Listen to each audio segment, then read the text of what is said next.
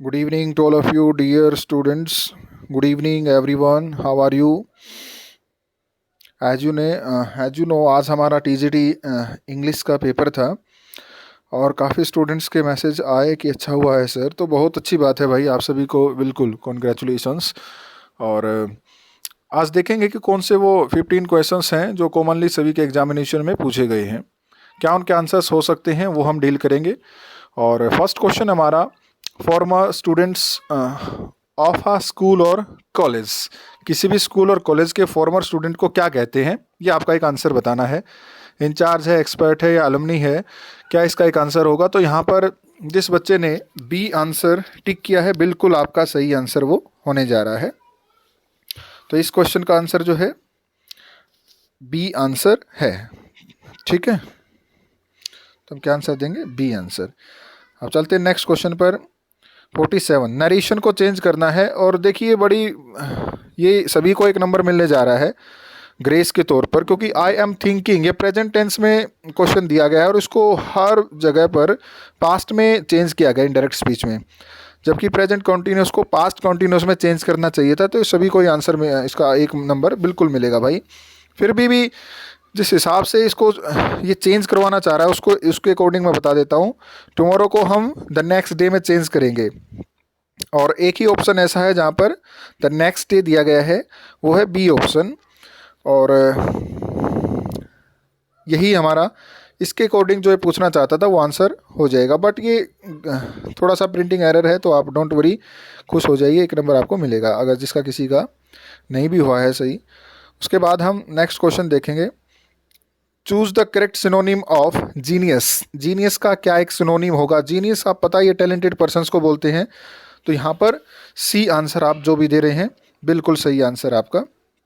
Next, select the appropriate preposition for the blank.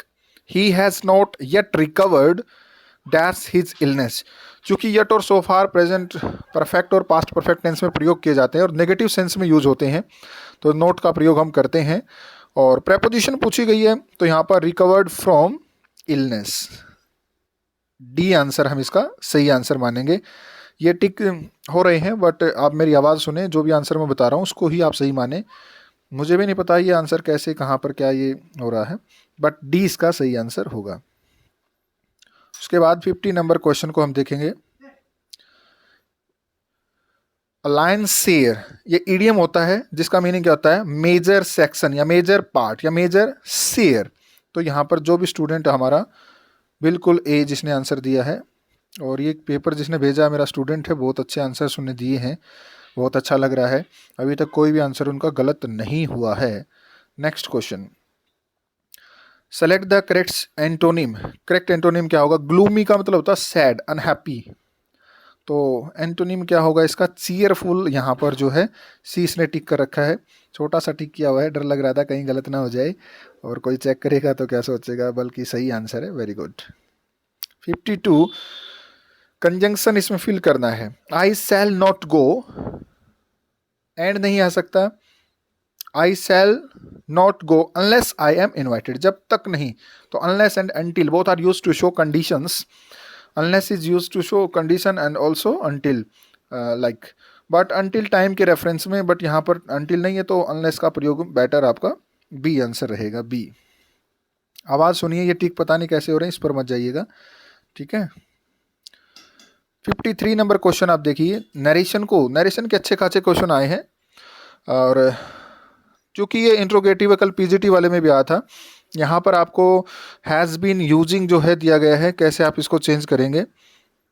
और said mother asked who had been using her typewriter. Who, देखो has को तो हमने head में change करना ही है और हेड सिर्फ जो है सी ऑप्शन में दिया गया, तो बच्चे ने सारे आंसर सही कर रखे हैं।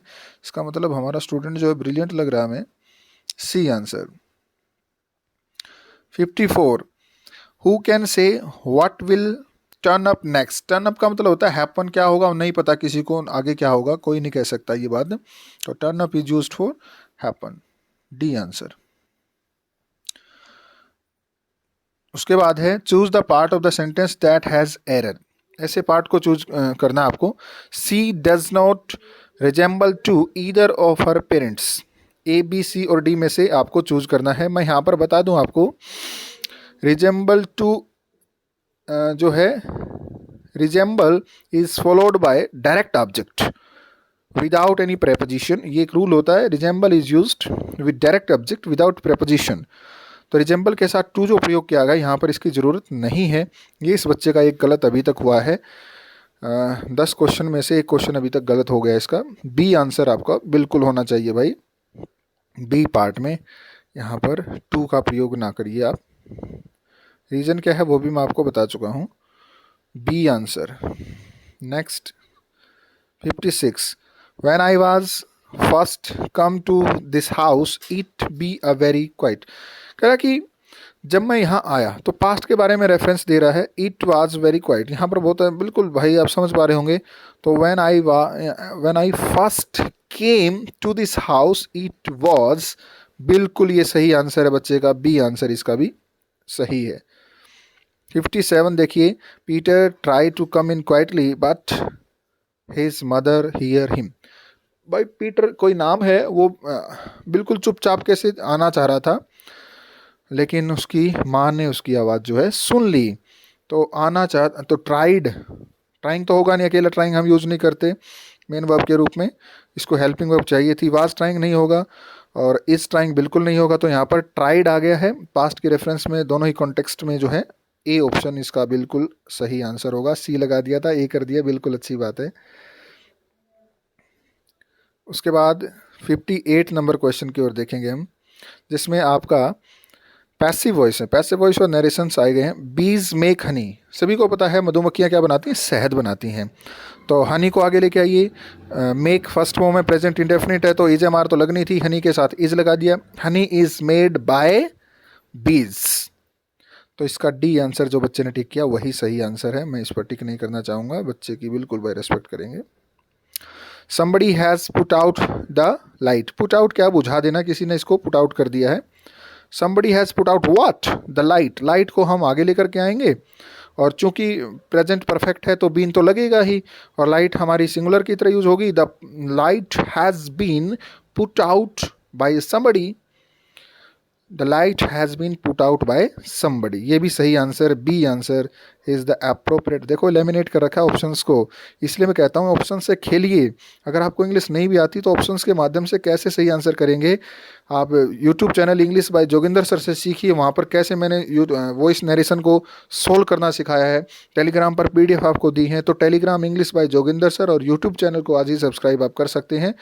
टेंस के और मॉडल्स के सभी क्वेश्चंस आप वहाँ पर देख पाएंगे। लास्ट क्वेश्चन है, I shall do it dash pleasure.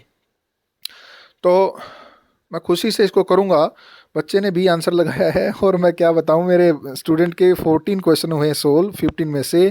तो बिल्कुल भाई बहुत बहुत अच्छी बात है ये। I shall do it with pleasure, B इसका आंसर होगा। B is our appropriate answer. ठीक है, तो ये थे हमारे आज के TGT इंग्लिश के कुछ एक क्वेश्चंस जो बहुत आसान आए हैं। आप ऐसे ही तैयारी करते रहिए, और इंग्लिश स्पेशल बैच के लिए आज लीशो ऐप को इंस्टॉल करें और बेहतरीन लेवल के कंटेंट और result oriented approach teaching skills को अडेप्ट करें। आपको बेनिफिट होगा और अच्छे इस प्रकार से हमारे बच्चों की तरह आप भी परफॉर्म कर पाएंगे। तो आज ही हमारे यूट्यूब को सब्सक्राइब करें, चैनल को, और लीशो ऐप के ऊपर आप जा सकते हैं। 501 रुपये में बैच है, चाहे आपकी कोई भी एग्ज़ाम की प्रिपरेशन कर रहे हों। बहुत अच्छे लेवल का कंटेंट 100+ आवर्स की क्लासेस में दी जाएंगी। Thanks everybody, good bye.